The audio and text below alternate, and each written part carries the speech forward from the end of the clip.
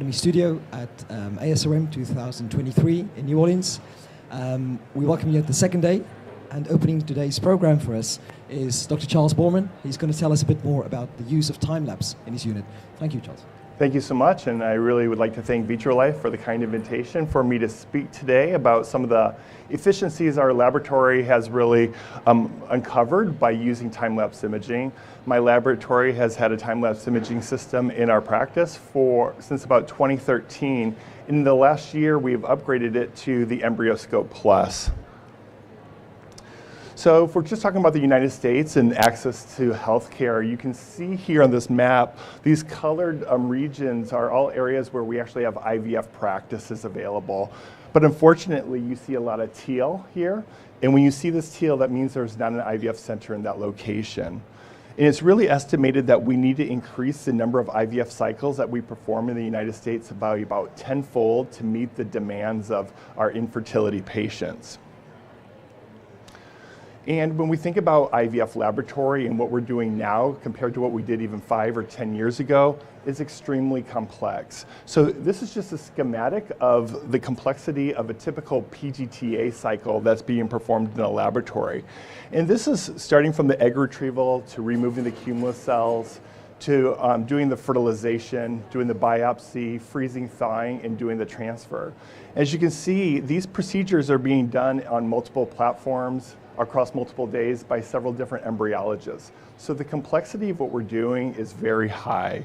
And so whatever we can do to find efficiencies in the laboratory so we can accommodate more growth is a must. So one of the things that we need to really consider when we are trying to grow our practices and accommodate this growth is our space requirements. And I'm really focusing kind of how our practice has utilized EmbryoScope and how it's really changed things for us. And so in our practice, we typically were using the IVF Cube, these Aztec incubators.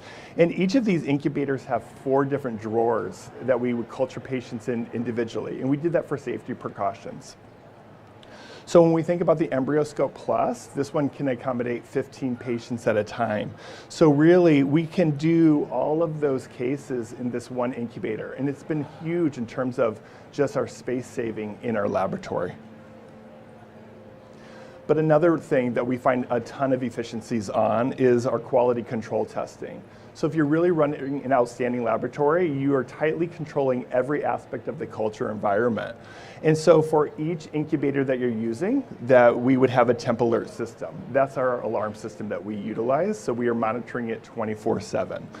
We are also doing daily CO2 and O2 measurements on each of these incubators, daily temperature, and then we even do these weekly pH measurements. So you can imagine right here when we use the IVF Cube, that's 16 of these measurements every single morning compared to doing it once with the EmbryoScope. So again, these are huge time efficiency savings, and trust me, my embryologists are much happier doing one of these units. But in addition to that, we're saving a lot on our gas supplies, and so all of those resources that go into operating our incubators. So this is actually our numbers from our IVF laboratory. So we do around 1,000 fresh retrievals each year, and about a quarter of those are egg freezing patients. So for now, our egg freezing patients aren't going into the EmbryoScope. It doesn't really make that much sense. That leaves about 750 cycles a year. And we do a really good job of kind of gating how many starts that we have each week so that we are doing a pretty balanced number of IVF cases every single week. So I recommend that to anyone out there. Make sure you're doing the proper number of starts each month to meet your needs in the laboratory. So what this tells us, we do about 750 cycles for IVF or conventional insemination each year. So with our IVF EmbryoScope Plus, it holds 15 patients, and in each cartridge, it holds up to 16 embryos. So that equals, like, at one given time, we can have a total of 240 embryos within one of our incubator system. That's equivalent to about 780 patients a year if we're doing it for culturing them for 7 days straight. In our laboratory, we're actually culturing up to day 6, so we can do a little bit over 900 IVF cases a year in one incubator if everything's running smoothly.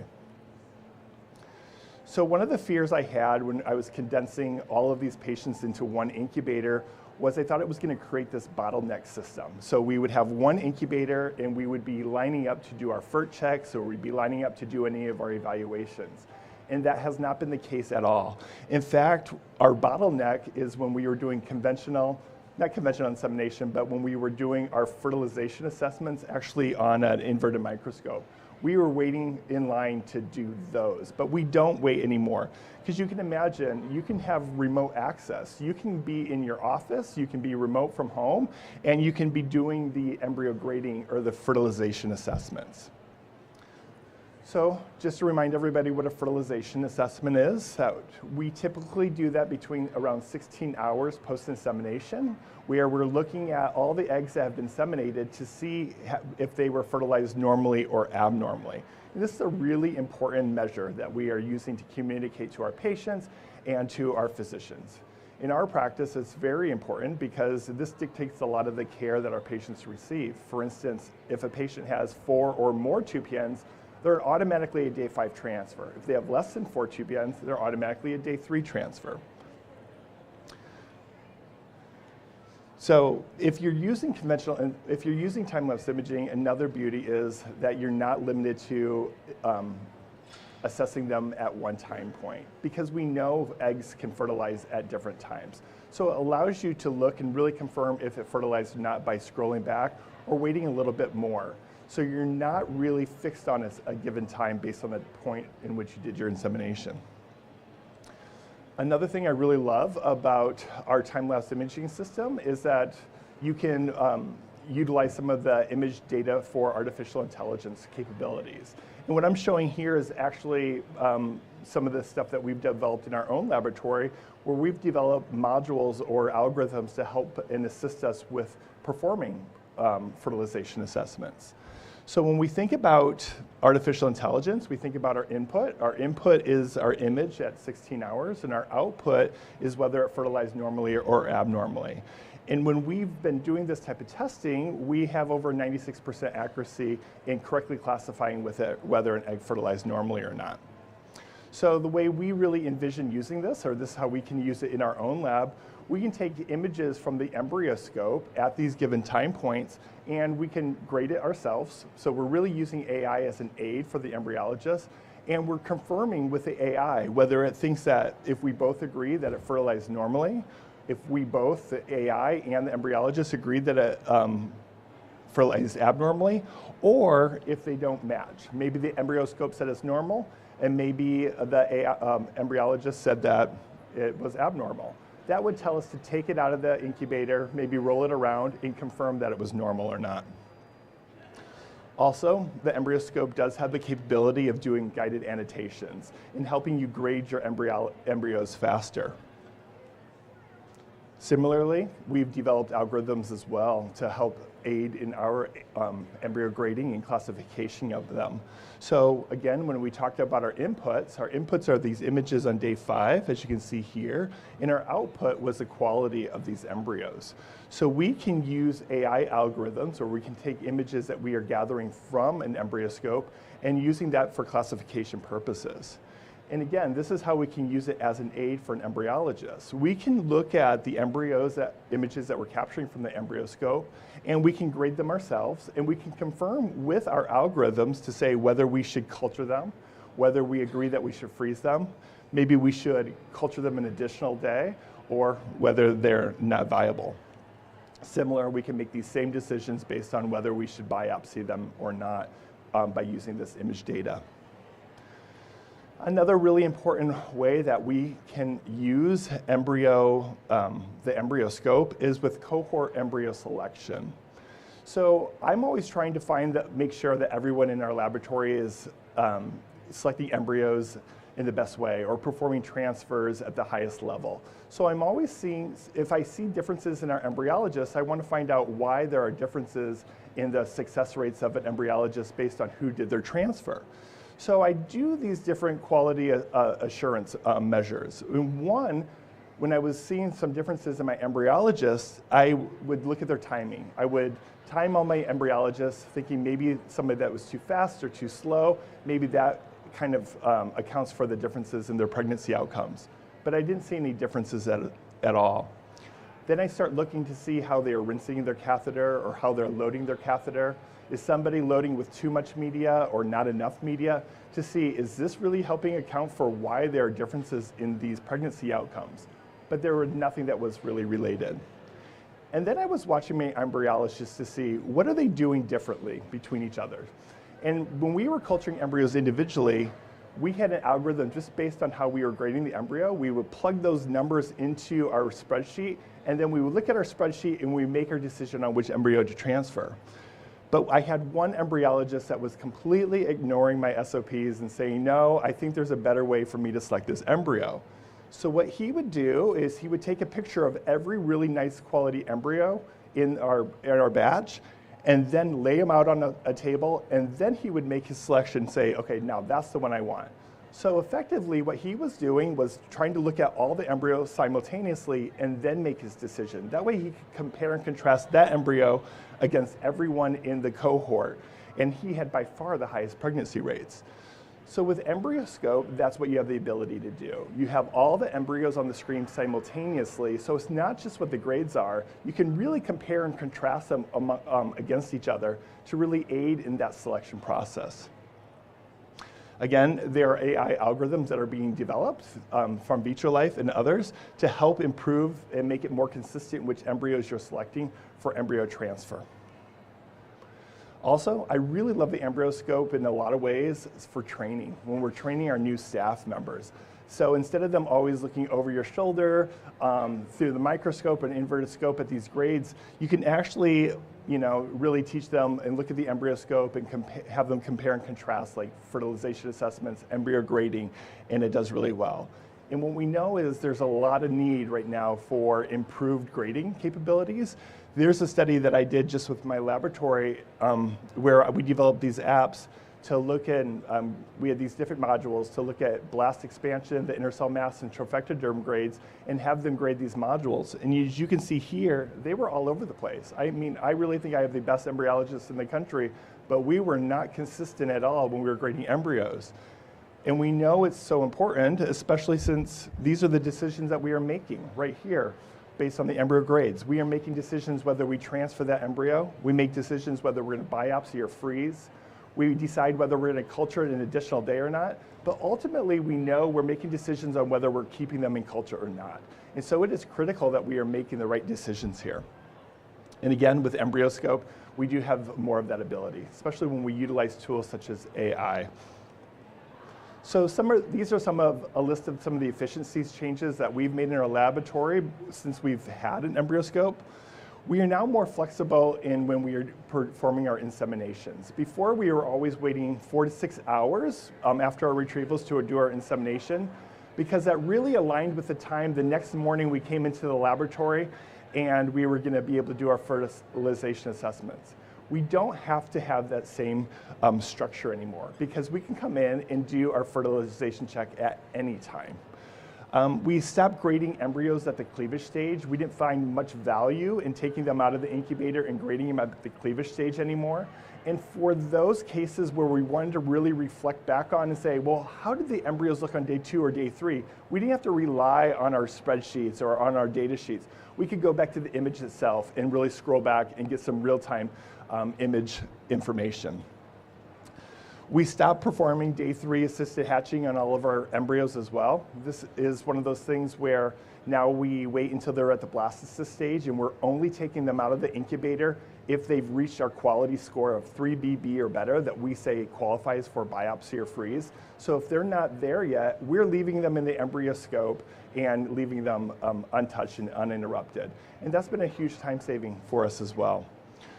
So overall, we've really limited the number of embryos that are removed from the incubator, and we've done quite well. And I think because we are making different decisions and we're really looking at the grades, and when we do the biopsy and the freezing, we are able to make our final decisions on embryo disposition by day 6 of development, because we can look at it on day 6 in the afternoon and do our final freeze checks on them. And so that frees up our EmbryoScope for one extra day. With that, I would like to open it up to any questions.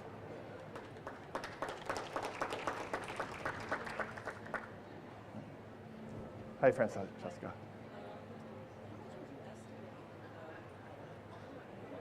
Would you estimate embryology hours per cycle? Do you think you're saving with all these QC and PN checks? Is it like 1 or 2 hours per cycle, or? Per cycle, easily 1 hour. It could be upwards of 2 hours, but easily an hour per cycle. Yeah, thank you. Any other questions? Okay, well with that, Dr. Charles Borman, thank you very much for that talk, and thank you for joining in, and we'll see you at the next talk. All right, thank you.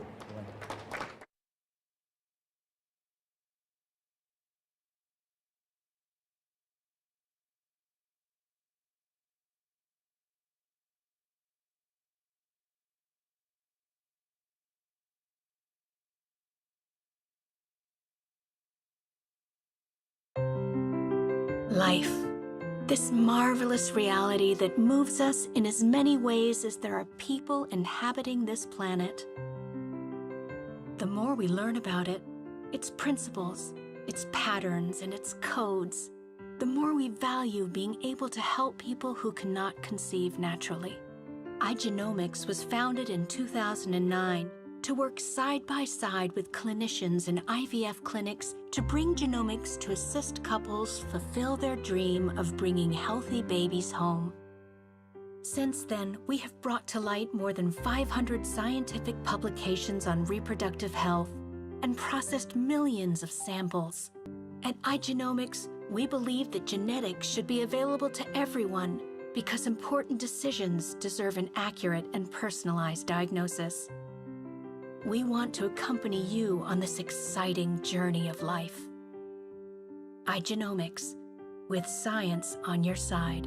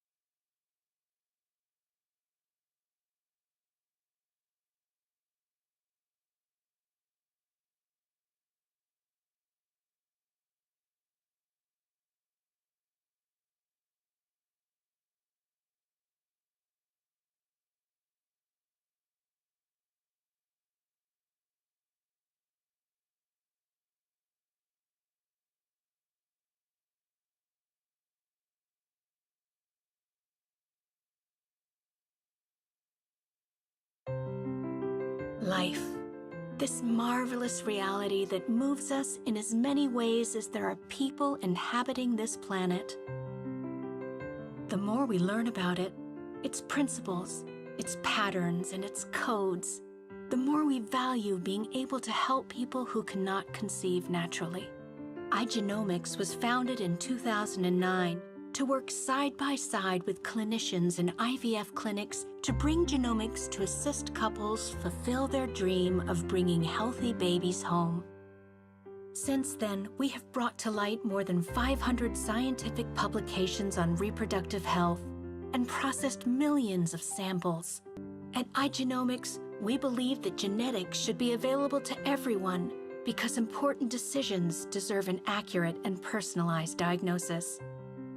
We want to accompany you on this exciting journey of life. iGenomics, with science on your side.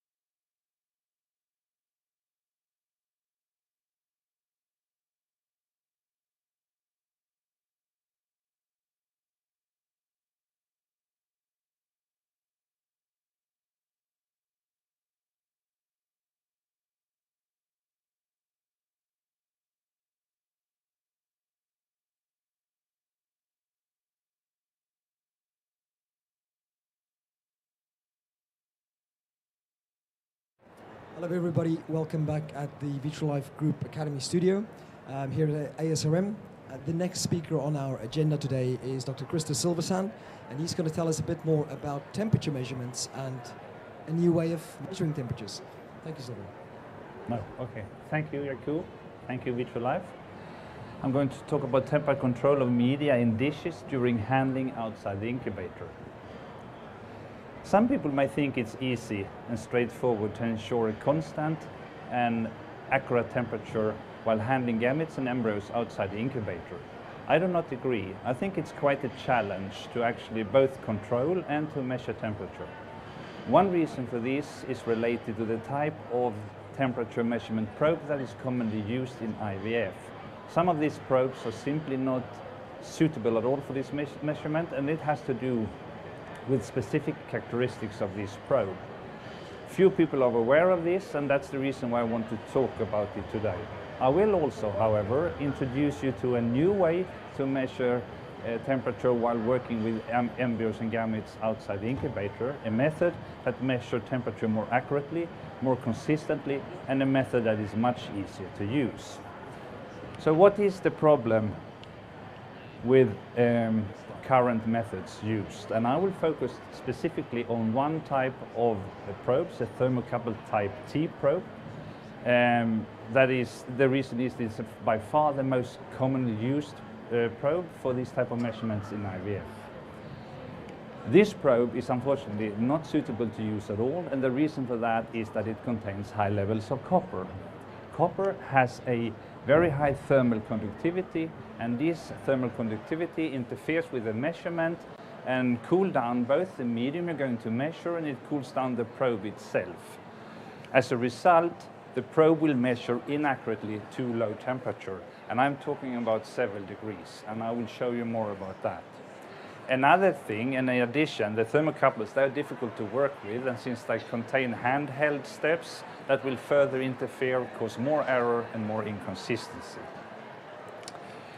Thermocouple type T probes have different appearance, but although they may look different, they all have one thing in common: they all contain copper. And this copper will interfere with the measurement, as I said before. I was saying that I'm going to introduce you to an alternative. So this is an alternative that has been developed by Vitrolife.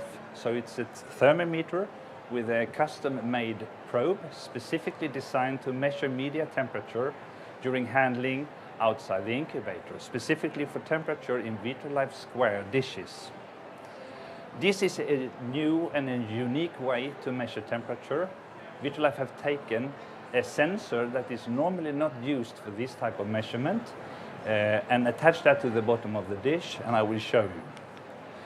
The measurement with this VitroTemp is based on a temperature-dependent resistance in a platinum plate, a so-called PT100, that is attached to the bottom of the dish.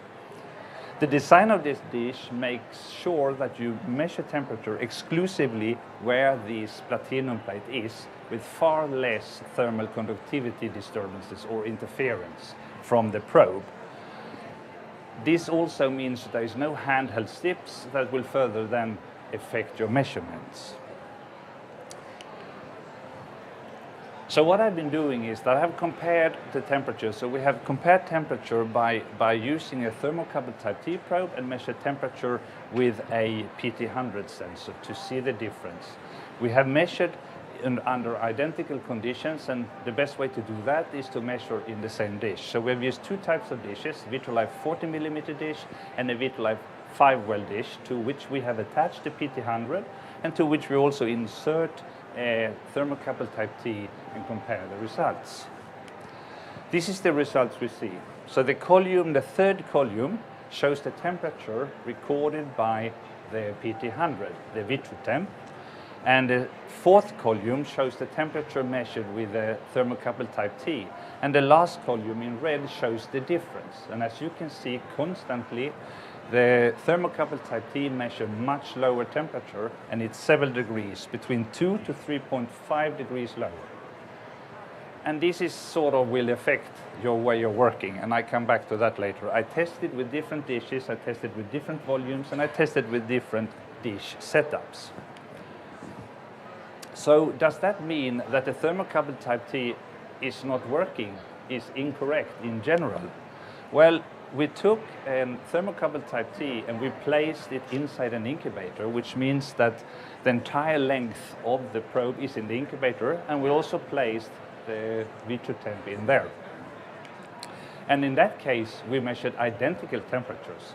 So this clearly shows that it's not the probe that is not working. That probe, the thermocouple type T, is just not suitable for the type of measurement to measure media temperature in dishes held on heated surfaces.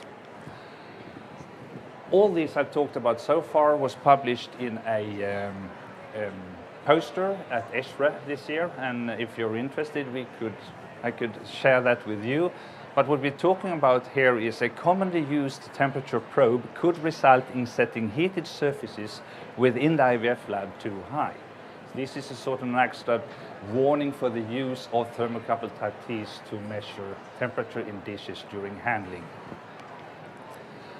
So if we think about what is the clinical relevance of this, and I turn things around. As I said, there is a risk that IVF lab works at too high temperature. So if we have a dish and we set the temperature on our heated surface to get 37 degrees in the medium by using a thermocouple type T. And then afterwards I measure with a Vitrotemp. I realize the real temperature is actually 39.3.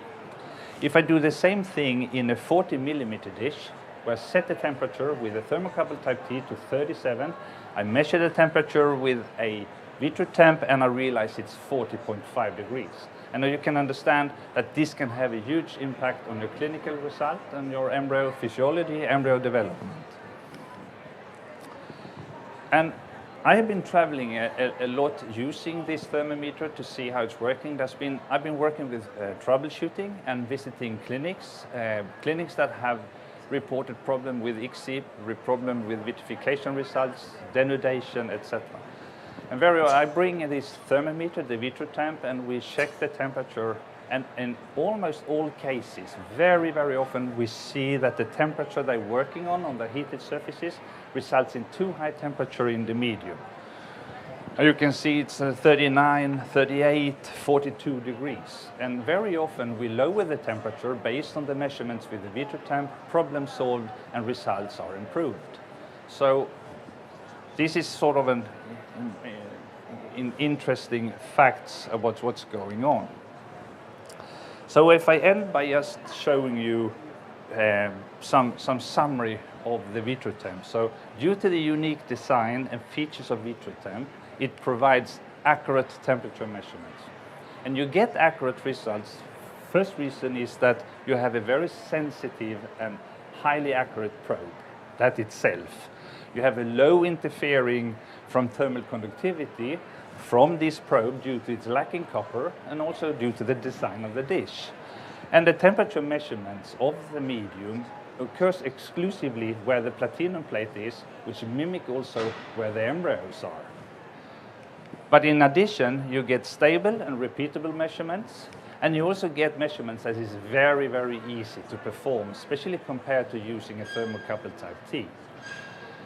We are in the booth. If you're interested to see it, we will be here and support it.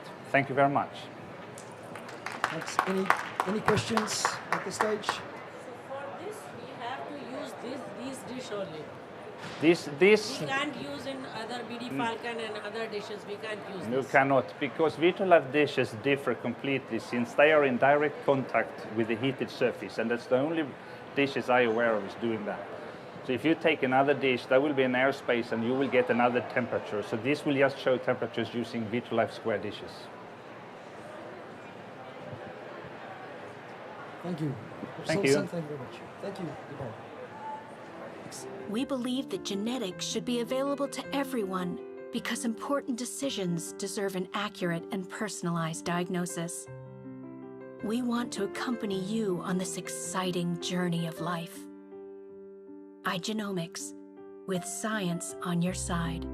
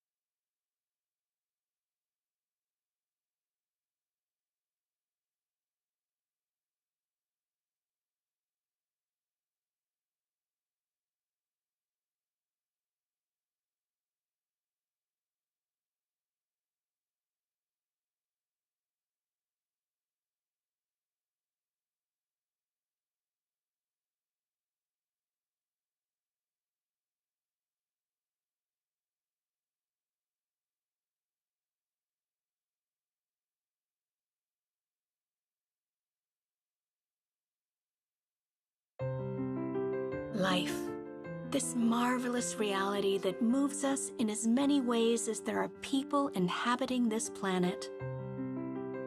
The more we learn about it, its principles, its patterns, and its codes, the more we value being able to help people who cannot conceive naturally. iGenomics was founded in 2009 to work side by side with clinicians in IVF clinics to bring genomics to assist couples fulfill their dream of bringing healthy babies home.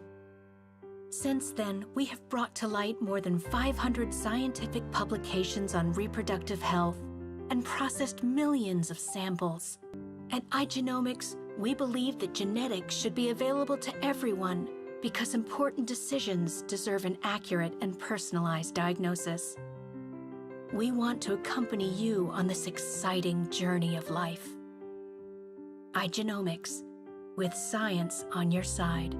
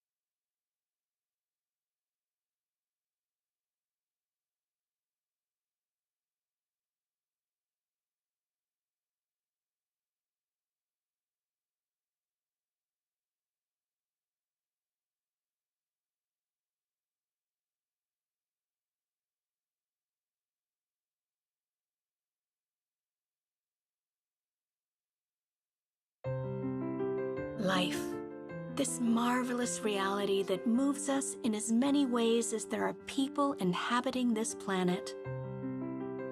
The more we learn about it, its principles, its patterns, and its codes, the more we value being able to help people who cannot conceive naturally. iGenomics was founded in 2009 to work side by side with clinicians in IVF clinics to bring genomics to assist couples fulfill their dream of bringing healthy babies home. Since then, we have brought to light more than 500 scientific publications on reproductive health and processed millions of samples. At iGenomics, we believe that genetics should be available to everyone because important decisions deserve an accurate and personalized diagnosis. We want to accompany you on this exciting journey of life. iGenomics, with science on your side.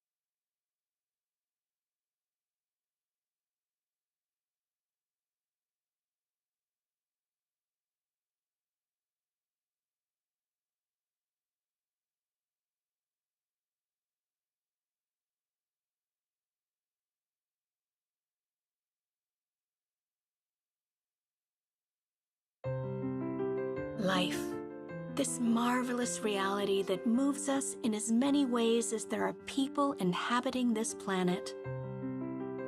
The more we learn about it, its principles, its patterns, and its codes, the more we value being able to help people who cannot conceive naturally. iGenomics was founded in 2009 to work side by side with clinicians in IVF clinics to bring genomics to assist couples fulfill their dream of bringing healthy babies home. Since then, we have brought to light more than 500 scientific publications on reproductive health and processed millions of samples. At iGenomics, we believe that genetics should be available to everyone because important decisions deserve an accurate and personalized diagnosis. We want to accompany you on this exciting journey of life. iGenomics, with science on your side.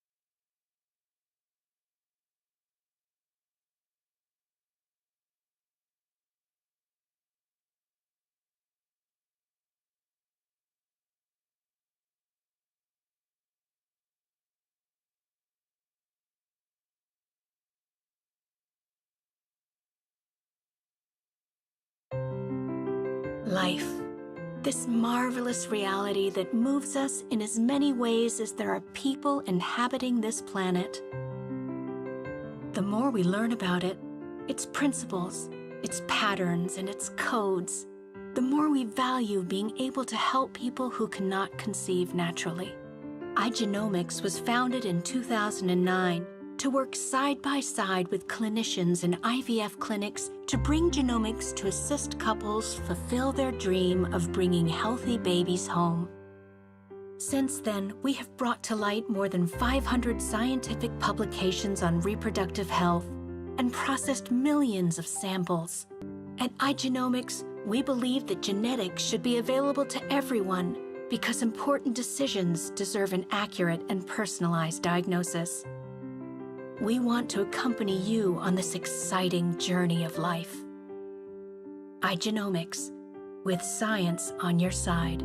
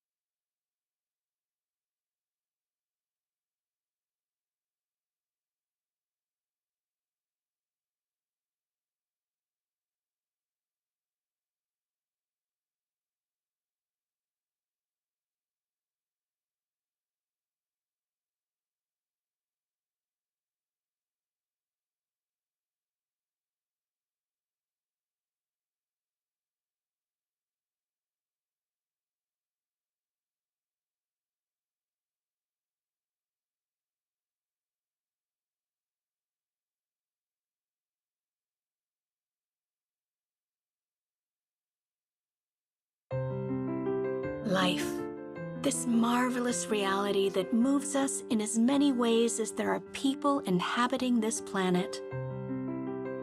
The more we learn about it, its principles, its patterns, and its codes, the more we value being able to help people who cannot conceive naturally. iGenomics was founded in 2009 to work side by side with clinicians in IVF clinics to bring genomics to assist couples fulfill their dream of bringing healthy babies home. Since then, we have brought to light more than 500 scientific publications on reproductive health and processed millions of samples. At iGenomics, we believe that genetics should be available to everyone because important decisions deserve an accurate and personalized diagnosis. We want to accompany you on this exciting journey of life. iGenomics, with science on your side.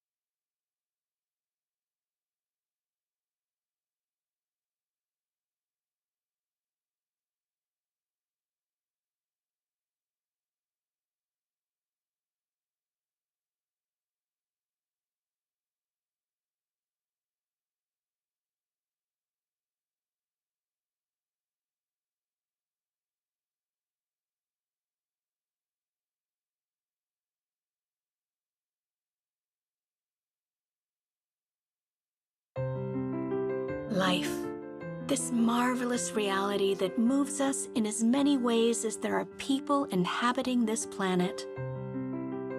The more we learn about it, its principles, its patterns, and its codes, the more we value being able to help people who cannot conceive naturally. iGenomics was founded in 2009 to work side by side with clinicians in IVF clinics to bring genomics to assist couples fulfill their dream of bringing healthy babies home. Since then, we have brought to light more than 500 scientific publications on reproductive health and processed millions of samples. At iGenomics, we believe that genetics should be available to everyone because important decisions deserve an accurate and personalized diagnosis. We want to accompany you on this exciting journey of life.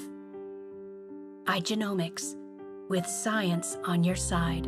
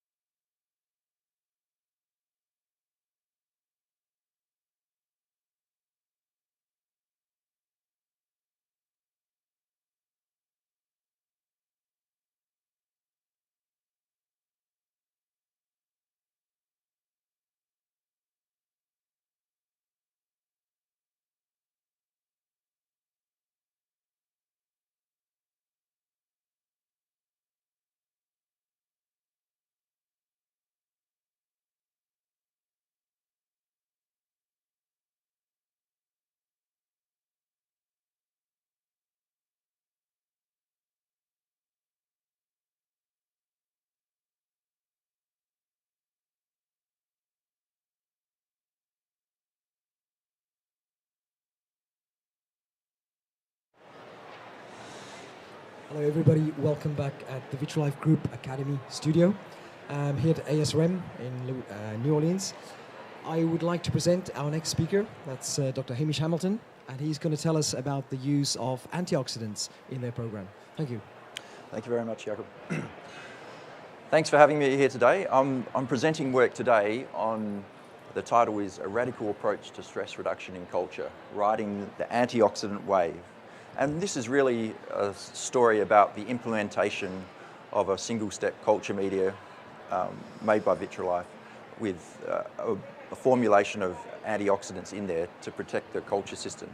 Now this is work that was led and done by our Queensland Monash IVF team and implemented on our laboratory on the Gold Coast. So I'm here at ASRM, so Dan Morgan, Dr. Dan Morgan and Kate Watson are the people who've done this work, and so I would like to acknowledge them in that. So today I'm just going to talk about, we acknowledge that embryo culture is stressful for embryos and can be stressful for embryologists as well. And really our job is to really reduce that stress. So we're going to talk about that. I'm going to talk about why we made the change to single-step culture media, and also transition from sequential to single-step, how we did that, because it's not just about coming the next day and starting single-step. It has to be well planned and a lot of consultation, staff engagement, training, and then the post-implementation monitoring of it. So embryo culture is stressful. We're holding and culturing embryos in a laboratory which has light, free radicals. These things don't normally happen in utero, so we really have to be very proactive about how we minimize that. And so it's our job to ensure that the system is set up for that minimal stress in the system. And our embryologists are manually handling the embryos, moving them from one culture dish to another for embryo transfer, for egg collection. So it's a very stressful job in itself, but we have to minimize that. And so this is a very important part of why we've introduced this culture media. So what we try to do is we minimize exposure to oxygen, and you all know this, through a low oxygen culture environment. And what we wanted to do with this project was transition from two-step culture media into a single-step culture media to reduce the handling on the embryos. And we think that this was the right time to do it. Single-step has been around for a long time, but we now have the embryo scope, which is a time-lapse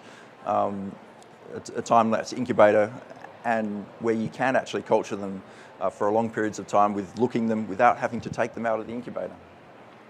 And I think the formulation of single-step culture media has advanced a lot in recent years, and it was now at the stage where we felt it was time clinically to introduce that. So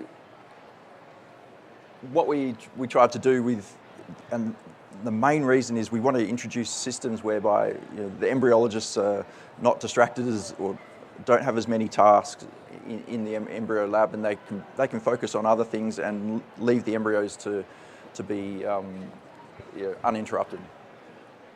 So why did we change? As I said, the culture systems have improved quite a lot in recent years, and that's really important. We want to, confidence in maintaining the environment is a lot higher.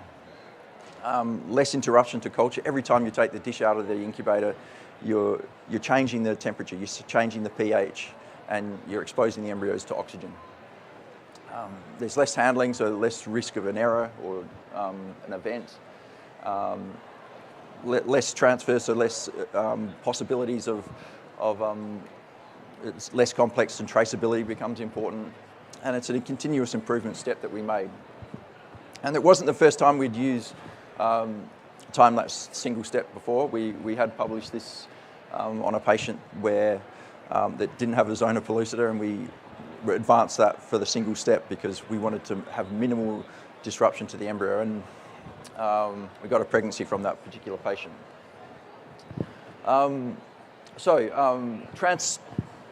Transitioning from sequential media to single step media. We continuous culture systems using two-step and single-step containing antioxidants went really well. The implemented GTL following more recently by the actual antioxidant GX media suite at our lab in the Gold Coast. And we had to engage everyone in that process, doctors, scientists, patients, and we had to proactively educate them and change the system gradually. And that was really important. So we had to change our laboratory work systems, because we had different timings of embryo steps, moving the embryos from dish to dish and refreshing. One thing I will say is that we still, in this process, maintained a day 4 refresh in this particular data because we were doing assisted hatching on day 4, so we still kept a day 4 refresh. But we're going to phase that out in the future accordingly. We had to educate our scientists, we had to educate our doctors. We developed frequently asked questions for patients. Obviously, we ensured we had all the supplies so that we could do the transition really well. And all the data went to our group scientific advisory committee for review. And we've now moved on to implementing it into other labs. So, and then finally, we keep reviewing, and we still do today, the transition and the results that we're getting from it. So here's an example of our patient frequently asked questions. Why have we moved to single step? We're using single step as our preferred media. It's beneficial to the embryos. Are there any additional risks? And will this cost more? So we really wanted to involve our patients in that process and make sure they're brought on that journey as well, because previously they would have been in a 2-step culture system, and having a different system may have caused alarm. And when we did this transition, we were doing it in parallel with the 2-step and the single step. So it was very important that we established a very good schedule that was tight, and this is an example of that schedule. So this is the actual suite that we used, and you can see at the top there we've got day 0 at the day of egg collection, day 1, day 2, 3, all the way through to day 6. So in culture we used the Vitrolife culture system, which includes GX IVF, GX MOPS, and GXTL on the day of egg collection. And then obviously they're transferred into GXTL from that point on. The fertilization was checked, and as I said before, on day 4 we refreshed that to a new fresh dish of GXTL, and that was, as I said, because of assisted hatching. On day 5 they were assessed for embryo development, for transfer freezing and biopsy, and transfer is always done in embryo glue. And biopsy is performed in GXTL because we have a CO2 controlled environment to be able to perform that. And this is the current results that we've got from very early stages. And as you can see, we wanted to make sure we're first of all doing no harm and that the transition is successful. And this is for a graph showing KPIs for autologous stimulated cycles. So we've got you can see the blue column is 2-step, the orange column is GTL, and the grey column is GXTL. And so we've got average age, which was equivalent to all media. The fertilisation results were strong in all of them, a little bit higher in GXTL, but there's no statistical significance in these. This is just to monitor to make sure that we're transitioning well. The utilisation was at least equivalent, if not better. Clinical pregnancy was not statistically different, a tiny bit lower, and the preclinical pregnancies were not statistically significant either. But what was important that we do a lot of freeze-alls in our lab, and a large proportion of our patients in that lab have all the embryos frozen. And so it was important for us to also monitor the frozen embryo transfer results afterwards. So this is the graph showing the frozen embryo transfer results with GXTL. So again, in blue, 2-step media, orange GTL and grey GXTL. And as you can see, the results were at least equivalent for average age, survival, clinical pregnancy and preclinical pregnancy. So on the whole, it was a very successful transition, and it's something we're now starting to, having done that successfully in our Queensland laboratory, we've started to introduce it into our other laboratories around Australia. And so we continue to monitor that, and we'll look forward to giving you another update. And I'd like to acknowledge Dan, Morgan and Kate Watson for the work they did with this. Thank you. Thanks. That's great. Thank you very much, Hamish. One question I've got for you is, you mentioned about the frequently asked questions that you created for patients. What was the response from your patients when they got to know that you are going to switch media? How did they absorb that information? Yeah, I think our patients were very reassured by particularly the less interaction with the embryos and keeping them, in the embryoscope. It made sense to that in a very practical way. So they were very supportive, but it does help to be very proactive with that and upfront about it and say this is what we're doing. So it's a really good lesson in positive engagement with our patients. Yeah. So it's a good patient education beforehand is yes, important. Yeah. Absolutely. Okay. Yeah. Any other questions? Not today. Hamish, thank you very much. It's my pleasure. Thank you for having me. We'll see you for the next talk. Thank you. Thank you.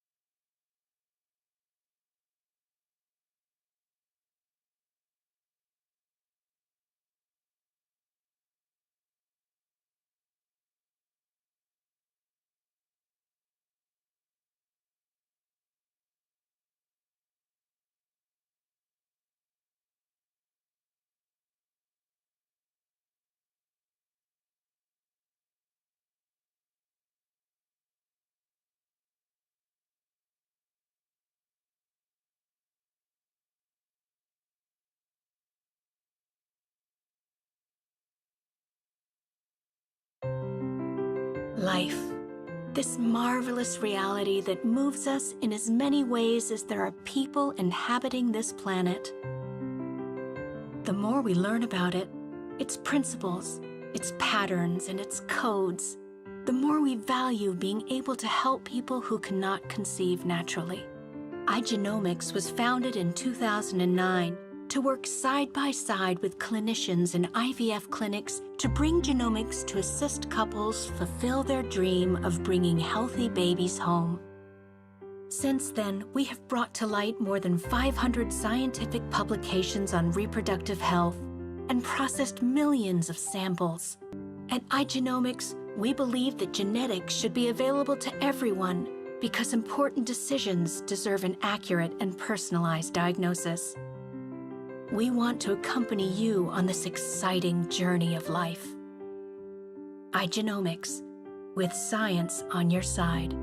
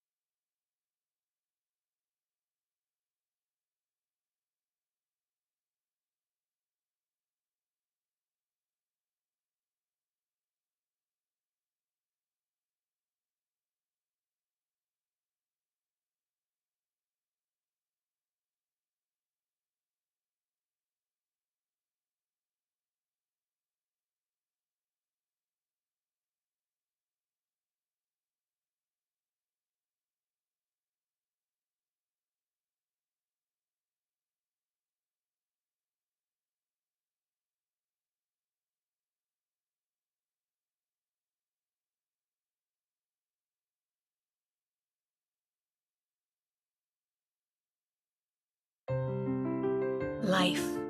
This marvelous reality that moves us in as many ways as there are people inhabiting this planet. The more we learn about it, its principles, its patterns, and its codes, the more we value being able to help people who cannot conceive naturally.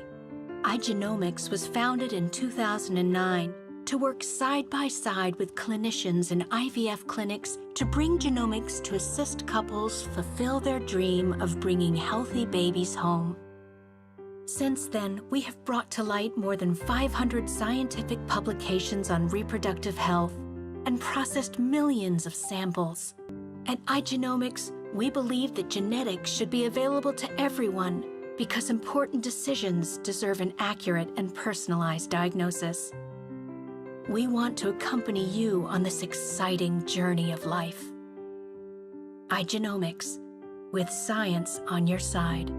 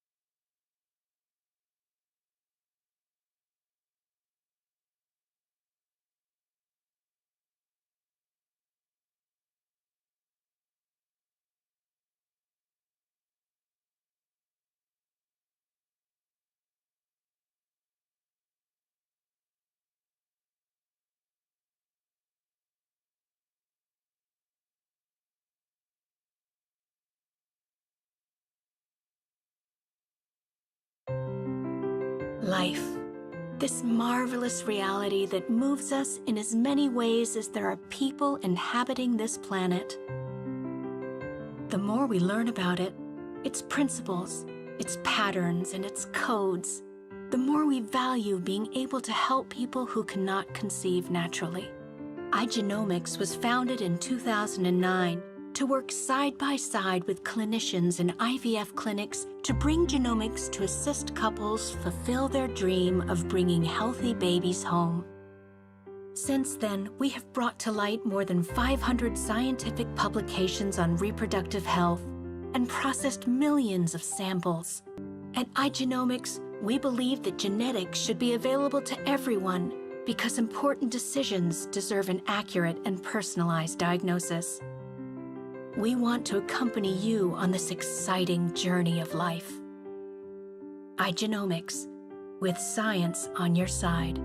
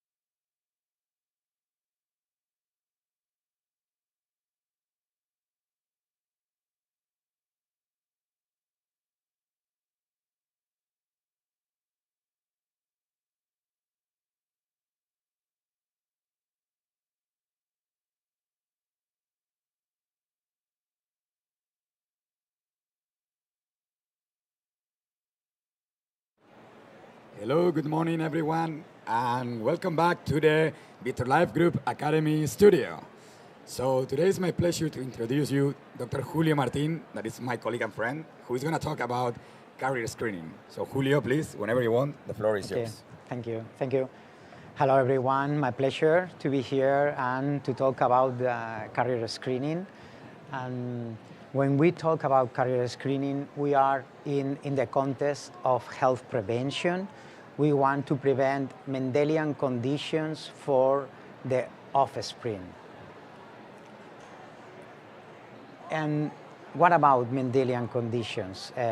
They are single gene disorders that can be inherited in different Mendelian patterns, like the dominant, recessive, and X-linked.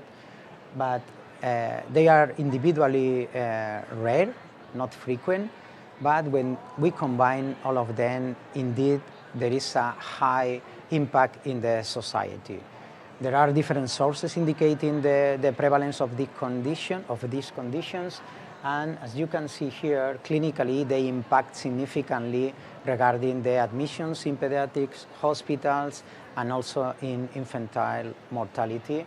So there is indeed a need to identify the risk, and optimally in a preconceptional scenario, although it can be done also in prenatal. So to put clear these figures, the Mendelian conditions are rare regarding the incidence or the prevalence of them, but regarding carrier frequency, they are quite high for many, many conditions, like you see here in the table for some of them. And this is accumulative independently. So at the end, we have to keep in mind the concept that almost everyone is carrier of one of these type of diseases. It doesn't mean that the carrier will show a phenotype, but when combined, it can be a risk for the offspring. So what is the precise aim of a carrier screening test? The aim is to identify heterozygous carriers for recessive and X-linked conditions in women. And with that information, we have to combine in the male and female gamete that information to understand if there is high risk for the couple. We call that DNA match. Once we have that information, we can manage by informing the couples about the risk, and they can take options to do PTM or gamete donation. The field is not new, so that means that carrier screening has been done for decades indeed, in particular started in high-risk ethnicities, and there are guidelines indicating or recommending to follow this type of testing. As just the last ACMG recommendation in 2021, they established a tier-based system, and outside high-risk populations, the recommendation is to go for tier 3 with a minimum list of genes about 113 conditions indeed, precisely.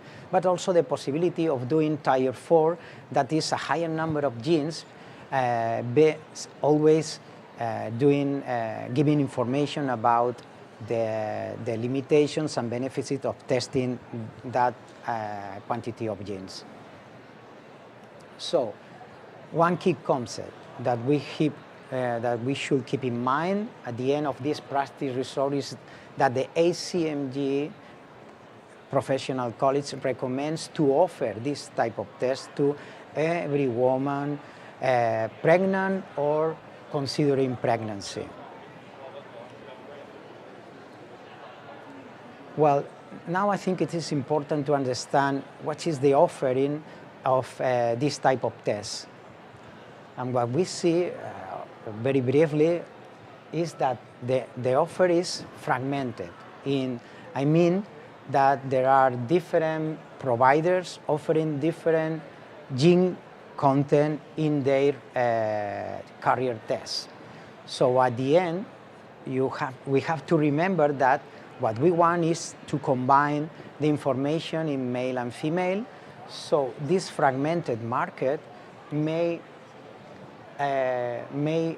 impact or limit the matching, the comparison of the data, because we all know that IVF patients move from one clinic to the other, and maybe one clinic use test 1 and the other use test 2, or a bank with donors decided to use the test number 3, with all of them different quantity of genes. So at the end, making a limitation in the DNA match, as you can see here in the slide. We took all this information in the market, and we realized that there was a solution in our hands to offer a carrier test trying to solve those limitations. So as a summary, our tests are based in exome sequencing, and we also use a complementary test in order to call complex variants. The use of exome has many benefits. I just want to reinforce the message that we can test almost any gene that has an association with a phenotype, and also it's important to understand that we can customize the gene content for the test that we offer, and there is no need for new resequencing when the exome is the methodology used for the CET, for the carrier screening. Also, it is important to add that we can upgrade, so we can decide what to report, maybe a closed list of genes, but we can upgrade that number of genes if it's required. An image that maybe summarize this is like if you have two tests and one of them has exome-based carrier screening and the other is a closed panel, regardless that you maybe don't report it initially a given number of genes, you still have that information in the exome. So we can recover that information, that we call that upgrade, and then do the matching for that couple. It's an advantage of using an exome-based carrier screening as Igenomix is doing. Let's put an example. For example, imagine that there is a bank of donors that use an exome-based carrier screening test, and you report a number of genes initially for that bank, and then you need to match with a patient that is positive. It has any type of test, is positive for a given gene. So maybe the gene was initially reported, and you can look for that in the report and offer the matching. But if was not reported initially, we can still make an upgrade, recover that information from the raw data that we already sequenced, and update the report, and in that way we can match the information in the patient. So at the end, having the exome-based carrier screening is a perfect solution in order to offer matching and provide the information needed for all the couples to understand their reproductive risk. This is our main portfolio. We have different type of panels offered to banks or to patients. But again, since we have the exome and we are sequencing all the genes in the genome, we can recover that and offer particular tests like the CET1 or personalized version, customized. We can add as much as needed based on the request of the clinic or the patient because of the family history or whatever. For example, if there is one test in the market that offer a definite list of genes, we can mirror that panel in order to keep the service going in the market for already tested patients or donors.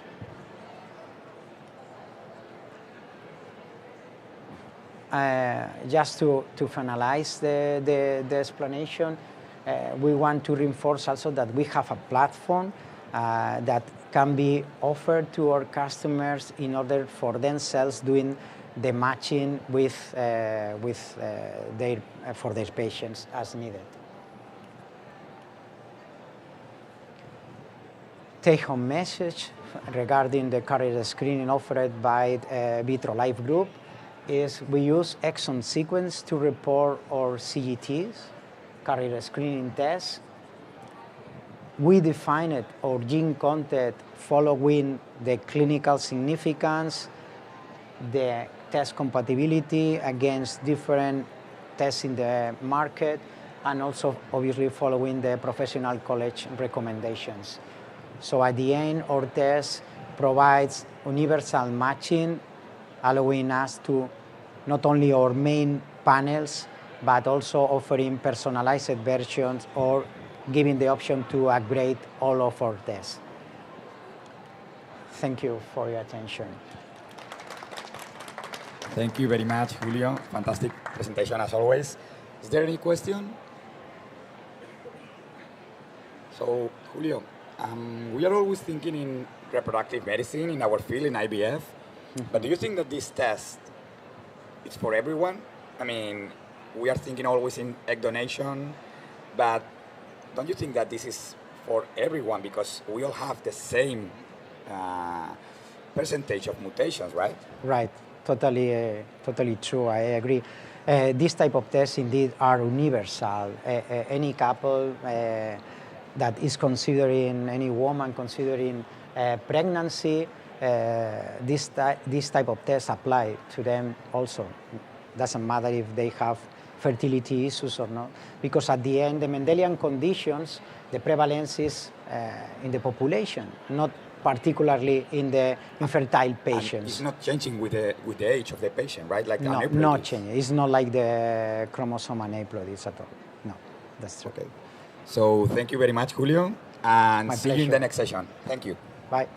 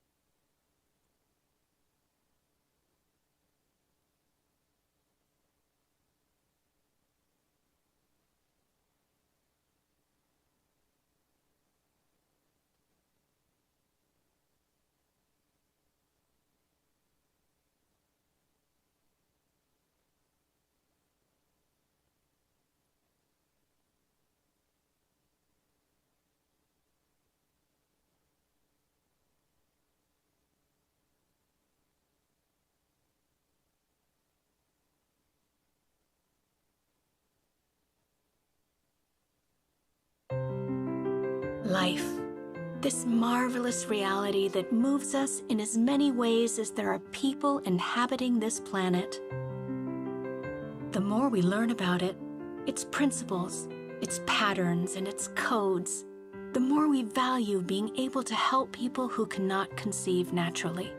iGenomics was founded in 2009 to work side by side with clinicians in IVF clinics to bring genomics to assist couples fulfill their dream of bringing healthy babies home. Since then, we have brought to light more than 500 scientific publications on reproductive health and processed millions of samples. At iGenomics, we believe that genetics should be available to everyone because important decisions deserve an accurate and personalized diagnosis. We want to accompany you on this exciting journey of life. iGenomics, with science on your side.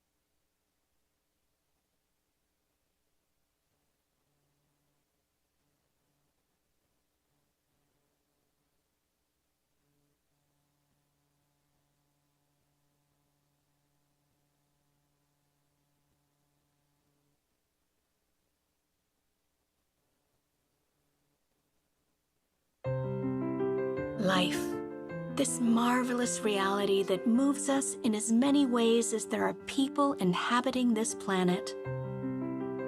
The more we learn about it, its principles, its patterns, and its codes, the more we value being able to help people who cannot conceive naturally. iGenomics was founded in 2009 to work side by side with clinicians in IVF clinics to bring genomics to assist couples fulfill their dream of bringing healthy babies home. Since then, we have brought to light more than 500 scientific publications on reproductive health and processed millions of samples. At iGenomics, we believe that genetics should be available to everyone because important decisions deserve an accurate and personalized diagnosis. We want to accompany you on this exciting journey of life. iGenomics, with science on your side.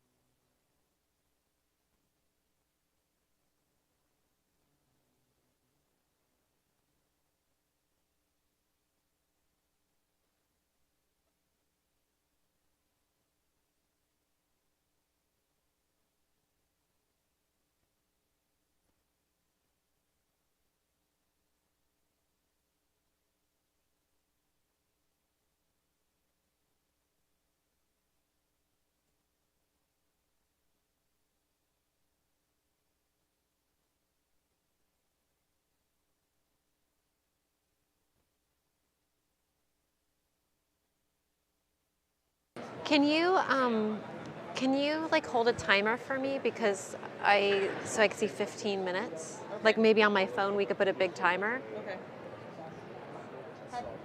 Show me your phone.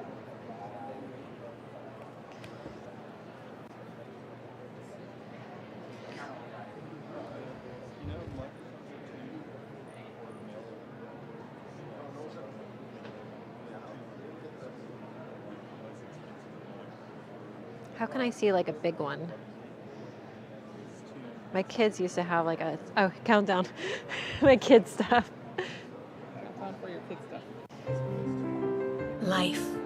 This marvelous reality that moves us in as many ways as there are people inhabiting this planet. You're like, okay, come on, we get to finish dinner. Let's the more go. we learn 5 about minutes before bedtime. its principles, its patterns, and its codes, the more we value being able to help people who cannot conceive naturally. So I can see. iGenomics was founded in 2009 to work side by side with clinicians in IVF clinics to bring genomics to assist couples fulfill their dream of bringing healthy babies home. Since then, we have brought to light more than 500 scientific publications on reproductive health and processed millions of samples.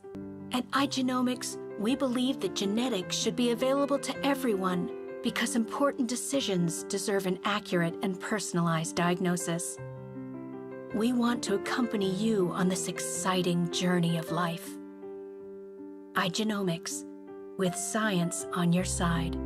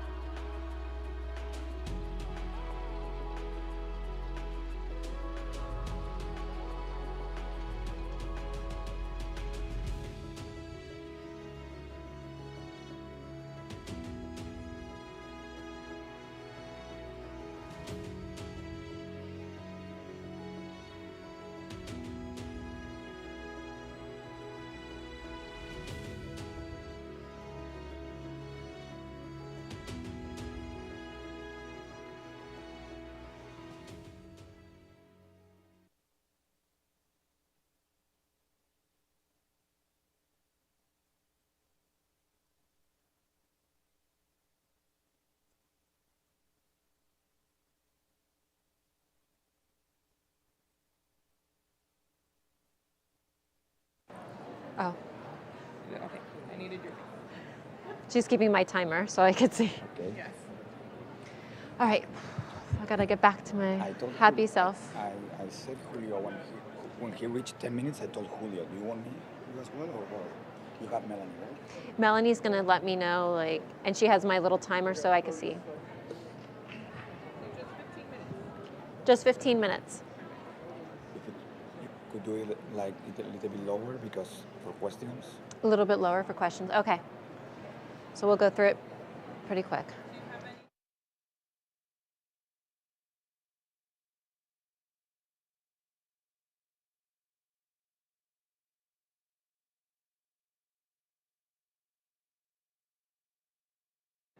Welcome back to the Vitrolife Group Academy Studio. It is my pleasure to introduce you my colleague and friend, Dr. Tiffany Stankiewicz, who's going to talk about the EMMA analysis. So Tiffany, whenever you want. All right, perfect. Thank you, Nasser. So thank you for joining us today. We're talking about advancing the analysis of the endometrial microbiome. So when we look at the periconceptional space, we know that the embryo encounters the endometrium, and the first kind of phase is the endometrial microbiome. So what kind of bacteria are in the endometrium that can either affect or improve implantation? So I want to start with an introduction of the microbiome in general, looking at the Human Microbiome Project that was launched in 2008. It's a strategy to understand the microbial components of the human genetic and metabolic landscape and how they contribute to normal physiology and predisposition of disease. So some fun facts about the microbiome in general. Humans have 10 times more bacteria than cells living in our bodies, particularly in the skin and digestive tract. So in a person that weighs 70 kilograms, approximately 1 kilogram is going to be due to bacteria. And between 20 and 60% of these bacteria, depending on their location, are not cultivable under standard laboratory conditions. Now, approximately 9% of the bacteria within our body are located within the urogenital tract. In the vagina, it is normally defined by the presence of bacterial species of Lactobacillus genus that are commonly associated with healthy genitourinary status.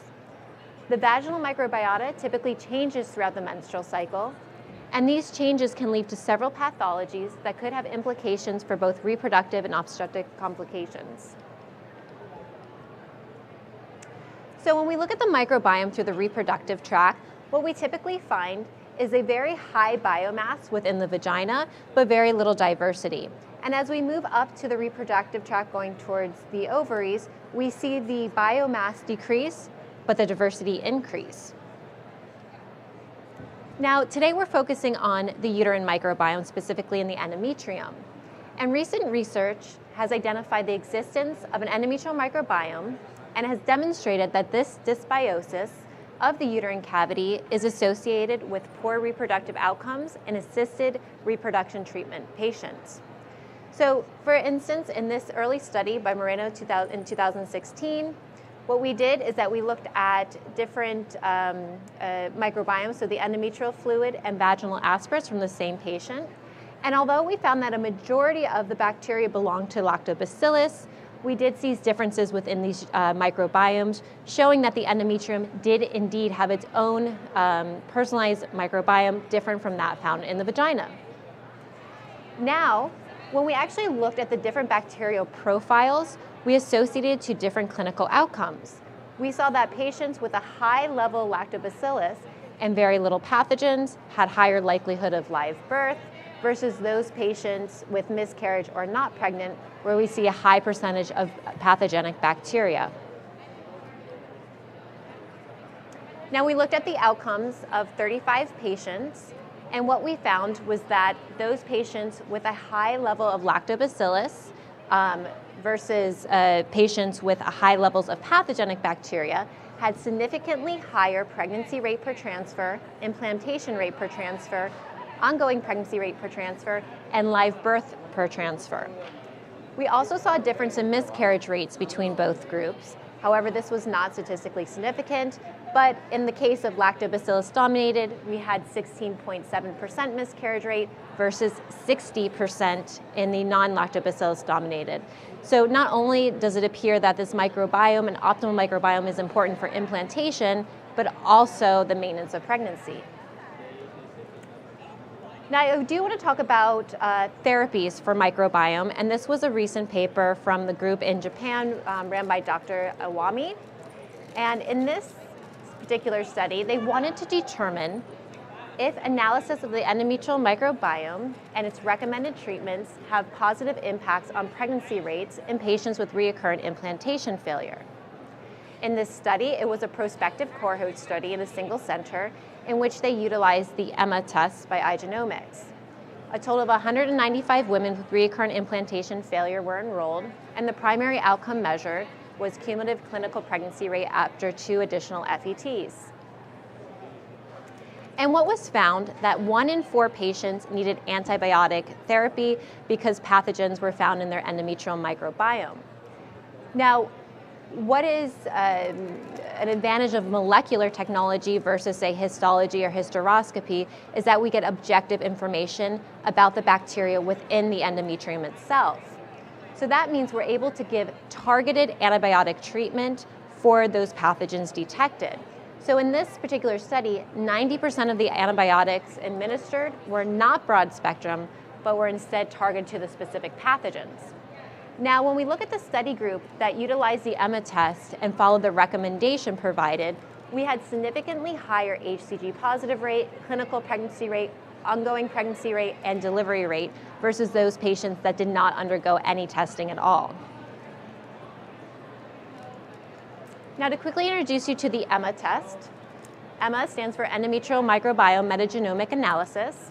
It is a molecular assay used to determine whether the uterine microbial environment is optimal for endometrial health. So this molecular method is based on detecting and measuring the amount of DNA present in the endometrial samples.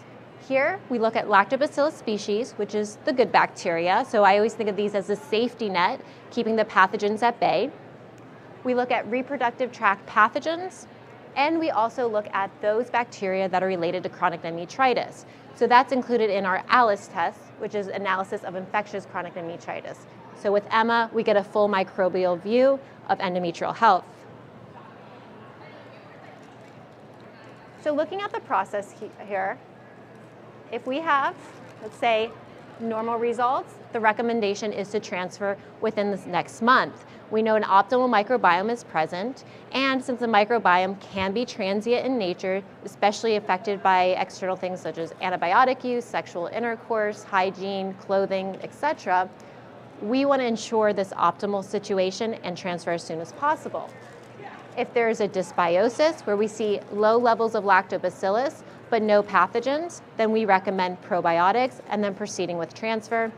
And then in any case where we see pathogenic bacteria outside of reference range, we recommend targeted antibiotics followed by probiotic and a test of cure biopsy to ensure optimal microbiome. Looking at our global data, you can see that this agrees with the study from Dr. Inwami, in which approximately 1 out of 4 patients will need antibiotics because a pathogen has been detected outside of reference range. And with that said, about 70% of patients will need probiotics, again, to provide that safety net with lactobacillus to keep pathogens at bay. So now I want to take the opportunity to introduce you to upgraded EMMA and ALICE. This test was launched here in the US and worldwide in May of this year. And this test is based upon our knowledge with the endometrial microbiome, with over 5 years of running analysis with next generation sequencing and over 70,000 samples worldwide. We can now provide a more complete view of endometrial health because we know which are the most prominent bacteria found in the endometrium, allowing us to create an endometrial specific panel. So this is very important. So based on this data, this exceedingly precise and complete endometrial panel contains 97.8% of the bacterial pathogens detected with NGS. And what is relevant about this is that we report at the species level, not the genus level. And why is this important? Well, we could have 2 different bacterial species, a part of the same genus, but maybe one is more effective with one antibiotic than the other one's affected by another antibiotic. So this will allow us to give an even more targeted approach to creating an optimal endometrial microbiome.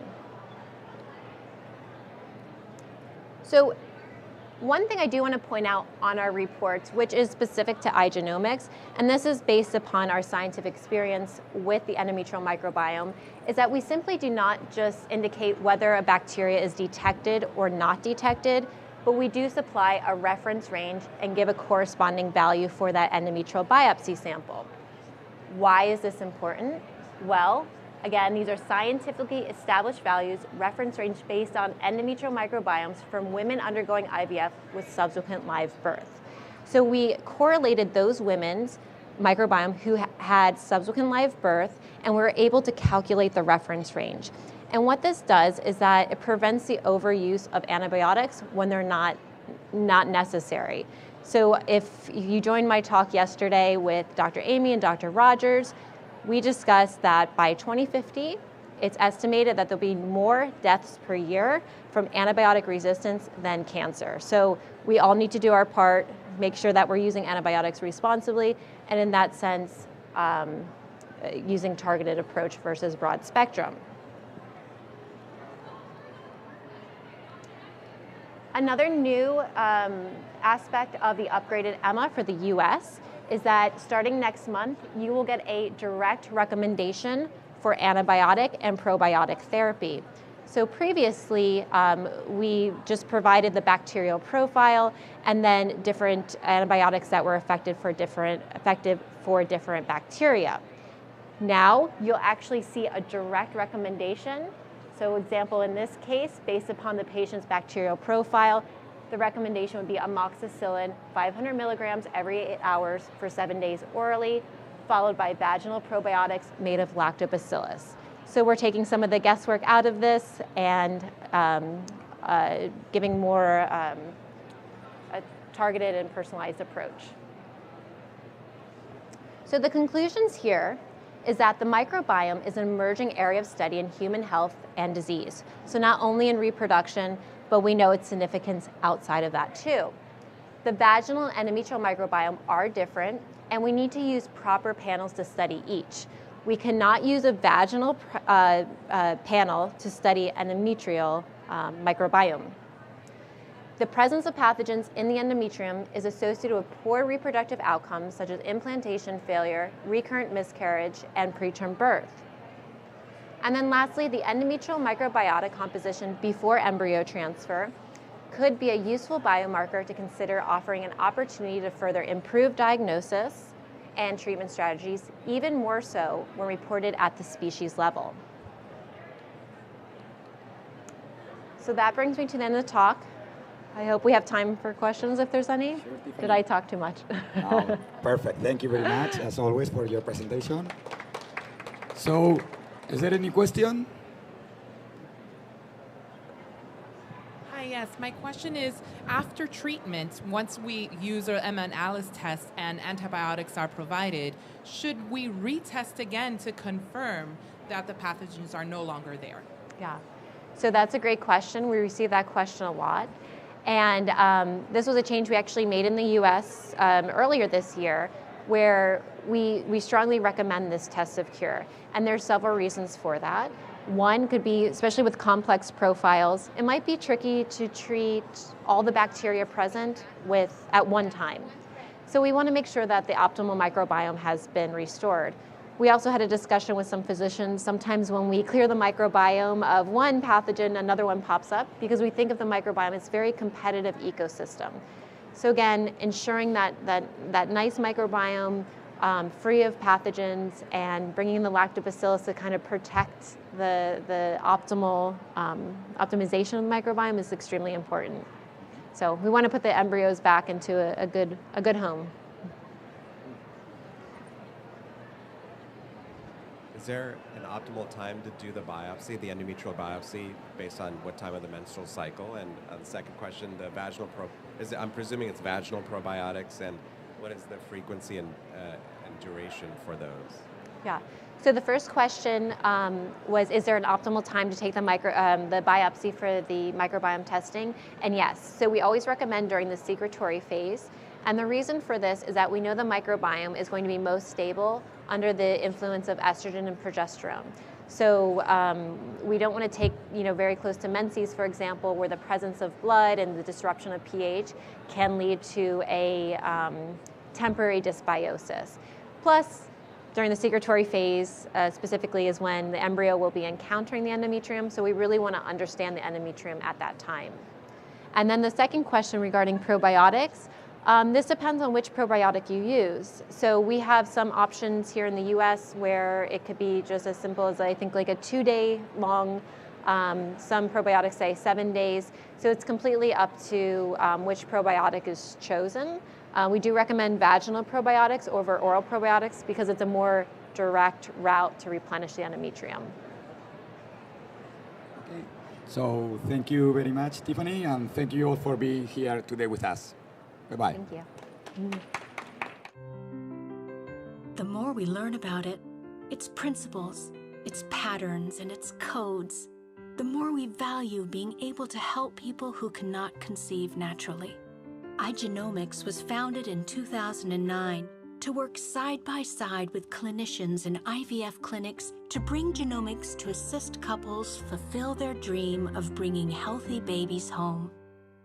Since then, we have brought to light more than 500 scientific publications on reproductive health and processed millions of samples. At iGenomics, We believe that genetics should be available to everyone because important decisions deserve an accurate and personalized diagnosis. We want to accompany you on this exciting journey of life. iGenomics, with science on your side.